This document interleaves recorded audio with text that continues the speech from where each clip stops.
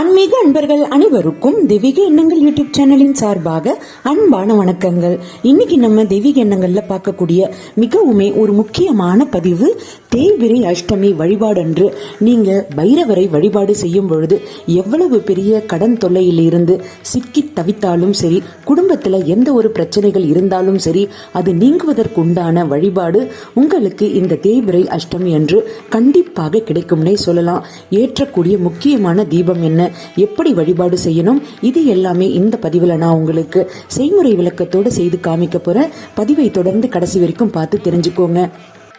தெய்வீக எண்ணங்கள் சேனலை இப்பதான் நீங்க முதல் முறையா பாக்குறீங்கன்னா கீழே இருக்கிற சப்ஸ்கிரைப் பட்டனை கிளிக் பண்ணிக்கோங்க, பக்கத்தில் இருக்கிற பெல் பட்டனையும் கிளிக் பண்ணிக்கோங்க. தினம்தோறும் ஒரு ஆன்மீக தகவல் கொடுக்குறேன், அது உடனே நோட்டிபிகேஷனா வரும், நீங்களும் பார்க்கலாம். எவ்வளவு பெரிய கடன் தொல்லையில இருந்து சிக்கி தவித்தாலும் சரி, இந்த தேய்பிறை அஷ்டமி வழிபாடு செய்யறவர்களுக்கு கண்டிப்பாக ஒரு விடிவு காலம் பிறக்கும்னே சொல்லலாம். குடும்பத்துல எந்த விதமான சண்டைகள் இருந்தாலும் சரி, பிரச்சனைகள் இருந்தாலும் சரி, அதற்கு ஒரு தீர்வு தரக்கூடிய ஒரு வழியை தான் இந்த அஷ்டமி வழிபாடு நமக்கு தரும்னே சொல்லலாம். சரி, இந்த அஷ்டமி திதி எப்பொழுது வருகின்றது அப்படின்றத இப்ப நம்ம பார்த்துடலாம். இந்த பிப்ரவரி மாதம் 13ஆம் தேதி அஷ்டமி திதி பிறந்து மறுநாள் 14ஆம் தேதி வரைக்கும் இருக்கு. நான் சொல்லக்கூடிய இந்த தீபத்தை நீங்க 13ஆம் தேதியே நீங்க ஏத்திருங்க. அது ரொம்பவே ஒரு விசேஷமான ஒரு வழிபாடுன்னே சொல்லலாம். ஏற்றக்கூடிய முக்கியமான தீபம் என்ன அப்படின்றத இப்ப நம்ம பார்த்துடலாம். உங்க வீட்டிற்கு அருகில் இருக்கிற சிவன் கோவிலுக்கு நீங்க போய் தான் இந்த தீபத்தை ஏத்தணும். வீட்டில இந்த பரிகார தீபம் ஏத்தலாமா அப்படின்னு என்கிட்ட கமெண்ட்ல கேட்குறீங்க. வீட்டில இந்த தீபத்தை ஏற்றக்கூடாது. நான் சொல்லக்கூடிய 5 தீபத்தையும் நீங்க கோவில தான் போய் ஏற்றணும். இப்படி நீங்க ஏற்றும் பொழுது அதற்குன்னு சில வழிமுறைகள் இருக்கு.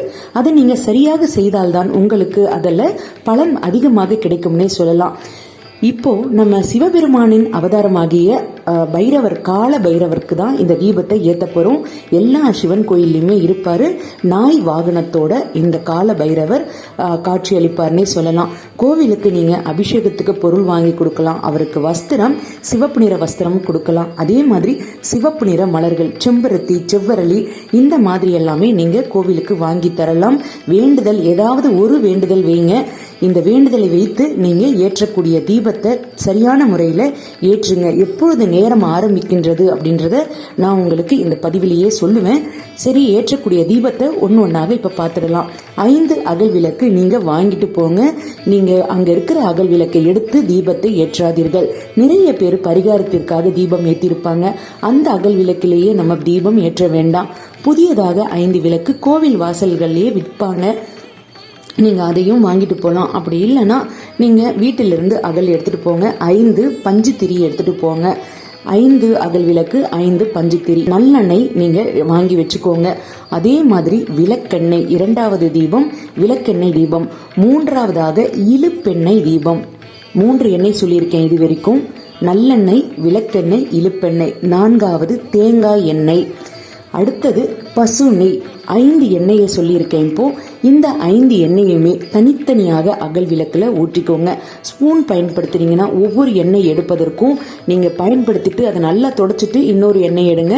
ஒரு எண்ணெய் இன்னொரு எண்ணெயோட கலக்கக்கூடாது. இந்த மாதிரி நீங்க செய்துட்டு ஒரு வத்திக்குச்சி எடுத்து ஒரு எண்ணெயை நீங்க பத்த வச்சிருங்க. ஒரு விளக்கை நீங்க பத்த வச்சிருங்க.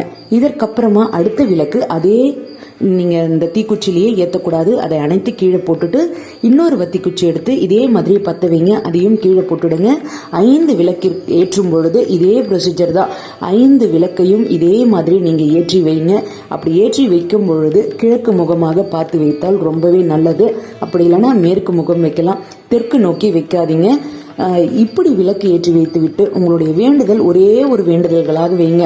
முக்கியமா அதற்கு உங்களுக்கு ஒரு விடிவு காலம் பிறக்கணும், எனக்கு ஒரு வழியை நீ காட்டு அப்படின்னு அந்த கால பைரவரிடம் உங்களுடைய வேண்டுதல்களை வைக்கும் பொழுது கண்டிப்பாக அதை அவர் ஏற்பார். எந்த ஒரு பிரச்சனையாக இருந்தாலுமே அதை தீர்க்கக்கூடிய வழி உங்களுக்கு உடனடியாக பிறக்கும்.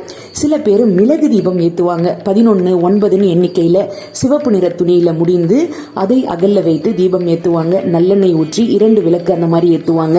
நீங்க அதையும் ஏற்றலாம். இந்த 5 எண்ணெயில நீங்க ஏற்றினாலும் ரொம்பவே விசேஷம். அடுத்த தேய்பிறை அஷ்டமிக்குள்ள உங்களுக்கு ஒரு மாற்றம் ஏற்படும்னே சொல்லலாம். தவறாமல் இந்த தீபத்தை ஏற்றுங்க. நிறைய பேர் இதனால பயனடைஞ்சிருக்காங்க. அதுல நீங்களும் ஒருத்தங்களா கண்டிப்பாக இருப்பீங்க. ஆரம்பிக்கக்கூடிய நேரம் என்ன அப்படின்றத சொல்லிடுறேன். வருகின்ற பிப்ரவரி 13ஆம் தேதி காலையில 9:46 இந்த திதி ஆரம்பிக்கின்றது. திங்கட்கிழமை வருகின்றது. 9:46 ஆரம்பித்து மறுநாள் பிப்ரவரி 14 9:04 வரைக்கும் இந்த தேய்பிறை திதி இருக்கு. அப்பொழுது தீபம் எப்போ ஏற்றலாம் அப்படின்னு பாத்தீங்கன்னா திங்கட்கிழமை ஏற்றுங்க. திங்கட்கிழமை காலையோ அப்படி இல்லைன்னா மாலை நேரத்திலேயோ இந்த தீபத்தை நீங்க சிவன் கோவில்கள்ல இருக்கிற கால பைரவர் சன்னதியில ஏற்றுங்கள். கண்டிப்பாக உங்க வாழ்க்கையில எல்லா பிரச்சனைகளும் தீர்ந்து ஒரு நல்ல விடிவுகாலம் கிடைக்கும்னே சொல்லலாம். இன்னைக்கு நான் கொடுத்த இந்த தகவல் உங்களுக்கு பயனுள்ளதாக இருக்கும்னு நான் நினைக்கிறேன். இந்த தகவல் பயனுள்ளதாக இருந்ததுன்னா இதை உங்களுடைய நண்பர்களுக்கும் உறவினர்களுக்கும் ஷேர் பண்ணுங்க. இந்த வீடியோவை லைக் பண்ணிக்கோங்க. இன்னும் நீங்க சப்ஸ்கிரைப் பண்ணாம இருந்தீங்கன்னா கீழே சப்ஸ்கிரைப் பட்டன் இருக்கு, பக்கத்திலேயே பெல் பட்டன் இருக்கு. அப்பொழுதுதான் நான் கொடுக்கக்கூடிய ஆன்மீக தகவல் உங்களுக்கு உடனே நோட்டிபிகேஷனா வரும், நீங்களும் பார்க்கலாம். மீண்டும் நாளை ஒரு நல்ல ஆன்மீக தகவலோடு நான் உங்களை சந்திக்கிறேன். நன்றி, வணக்கம்.